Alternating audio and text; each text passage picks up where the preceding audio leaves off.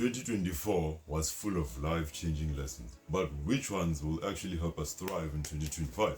So in today's video, I'm going to dive in lessons that 2024 has taught me that will hopefully help you so that we can both strive to 2025 and furthermore, of course. So the first lesson that I'm going to be talking about is building a relationship with God.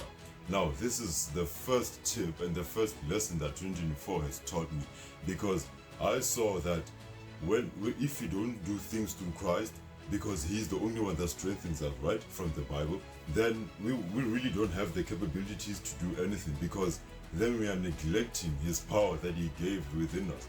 So building a solid relationship with God, I noticed that it comes through action and not just words. Because how many of us are just Christians because we say we are Christians, but we don't actually practice Christianity? Now, I'm not perfect myself, obviously, but we should actually make it a priority in 2025 to build a solid relationship with God, Lord Jesus Christ, because He and only Him can actually help us get through this life journey and actually help us on our self-improvement journey and personal development, so that we can achieve anything we want in life. Because recently I've been to a camp, BJC camp, shout out to you guys if you're watching, that we went to this place in Pretoria. We went there for 3 days, and throughout this period of 3 days, what has really taught me there of the speakers that were there was how important it is to build a relationship through Christ, a genuine one at that, because it actually helped me realize that if Christ is not involved, if God is not involved, then we can't really do anything. Because the lessons I've learned from that youth camp has actually helped me throughout my whole life.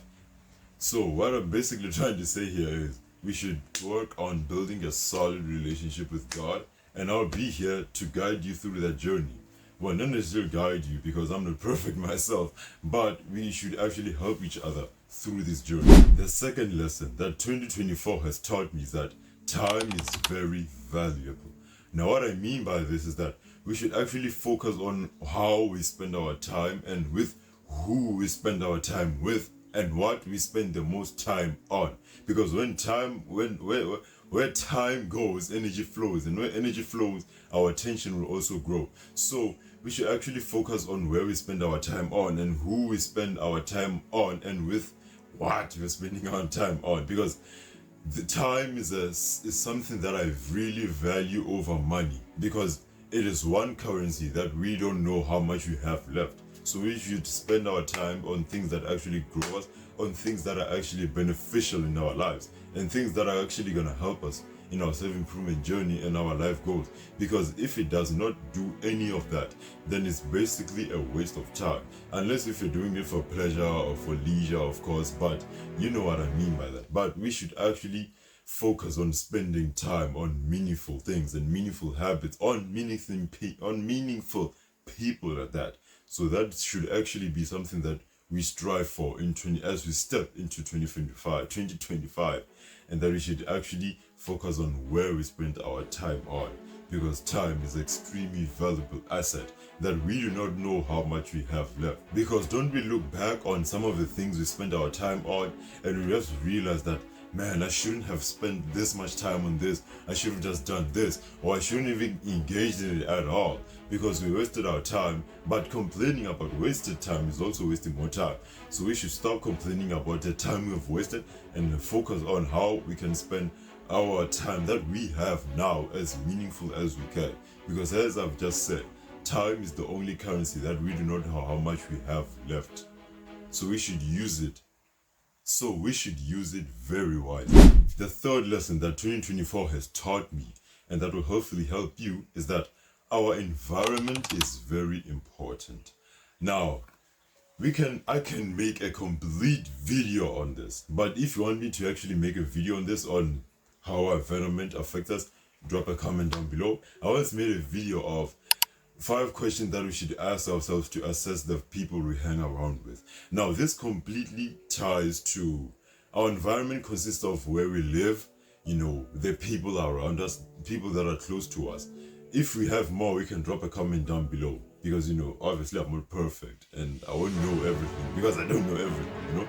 But our environment actually shapes us in ways that we can't even imagine. Because imagine how living in such an environment that is not conducive to our life goals is not helping you. But if you actually move to an environment where it's way easier to actually achieve our life goals and actually makes it more conducive to productivity, then we would actually achieve our goals more faster. The power of our environment is so crucial, and most people miss it because we might be in an environment where it is not conducive to our life goals, and what directly ties to that is the people we hang around with. The people who hang around with, because we easily adapt their habits, we easily adapt their mindset, we easily adapt their lifestyle, basically. Because we are, I'm sure you heard the saying before, but we are the average of five people we hang around with. So just take a quick second to look at the people that you are spending the most time on from our previous tip and actually assess and help yourself. I once made a video about this, by the way, so you might check that out. On, are these people helping me achieve my goals? Are they challenging me to actually get better every day? Are they pulling me close to Christ? Are they challenging me? Are they telling me when I've made a mistake? Are they telling me where things are wrong? Because we are not children and we are actually grown up, so we should act like grown-ups. But our environment overall affects us in so many aspects of life. So we should actually be careful of our environment and our people and the people that have access to us, because it actually shapes us without even knowing. Well, sometimes you know, but you know what I mean. Now, the fourth lesson 2024 has taught me is that comparison is a thief of joy. When I made a full video on this, by the way. So we might check that out as well. We'll actually go deeper on how you can actually stop comparing yourself with others, or how you can limit comparison. But comparison is a thief of joy because we are basically focusing on other people's journey more than our. Because where time goes, energy flows and focus will grow. So if we are focusing on other people's journeys, on other people's lives, on what's going on in their life and what's going on and what are their life status, we are actually neglecting our own indirectly, because we're putting so much energy in other people's lives and not of our own. Because if we are actually putting all that energy that we put on other people's life in our own, then we wouldn't even have the time to be looking at what other people are doing, what other people are achieving, what other people are failing, because we'll be actually focusing on our own lives and what we can control. Which leads us to our next tip, which is that we should focus on what we can control. Now, I'm pretty sure this is very straightforward, that if we can't control something, then we shouldn't focus on it, because no matter what we do, it won't change the circumstance of that happening, because we cannot control that outcome. For example, when I post a video online, or when we post a video online for all the content creators out there, when we post a video online, what we can control is our video, what our video looks like, how we sound, what is the content all about in our video, and how we actually choose to project that video. That's what we can control. What we cannot control is people's comments, whether people like it or not, whether it gets shares, whether it gets views. We can't control that. But what we can control actually affects the outcome of what we cannot control. But we shouldn't focus on that, because regardless of what we do, it will not change the outcome. So we should focus on what we control over what we cannot control in this life. Because whether we like it or not, there are situations where we cannot control, where things happen and we cannot control the situation. But that shouldn't get to our head, because we cannot control it. What we do cannot affect the outcome of what's going to happen. So we should focus on only what we can control. That's one thing 2024 has taught me, and that we should also take to 2025.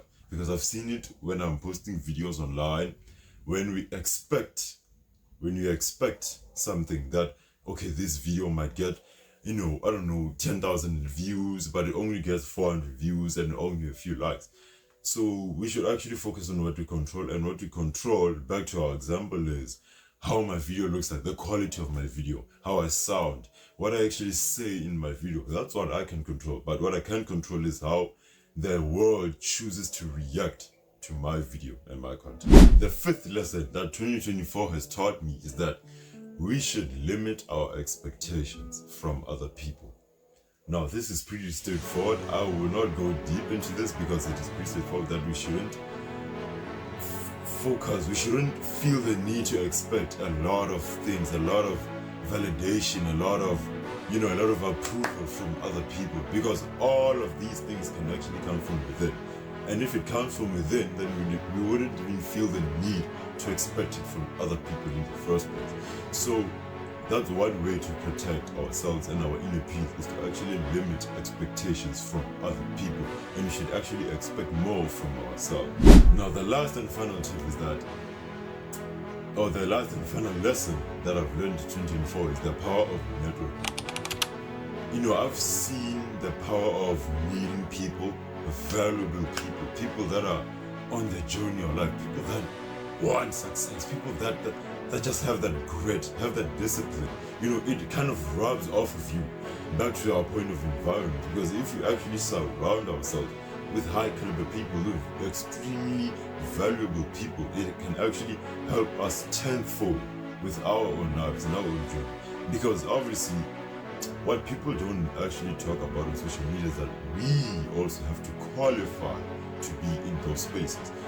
Obviously not by academic qualification, that's not what I'm talking about, but if you actually want to be in a space where people are high value, people always have something to give, we should as well become, or at least be on the journey of becoming high value and having something to offer, and also being of service and having something that we can provide as well, whether it's words, whether it's a product, whether it's service, anything really.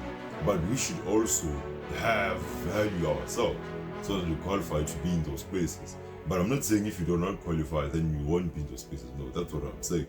But this is just my unpopular opinion on this. Now, thank you very much for watching our video. As 2024 comes to an end, I really like to take this moment and thank each and every one of you for actually getting through past this year. As we should actually tap ourselves on the back, because 2024 has been such a journey, it's been such a roller coaster. Well, for the most of us, actually. Oh, my bad. For the most of us. So we should actually give ourselves a tap on the back for actually getting through this year. And I believe that throughout all the lessons that I've shared in this video, we would actually take it to 2025, as it would actually help us thrive throughout the upcoming year. I thank you again, and I'll see you in this video.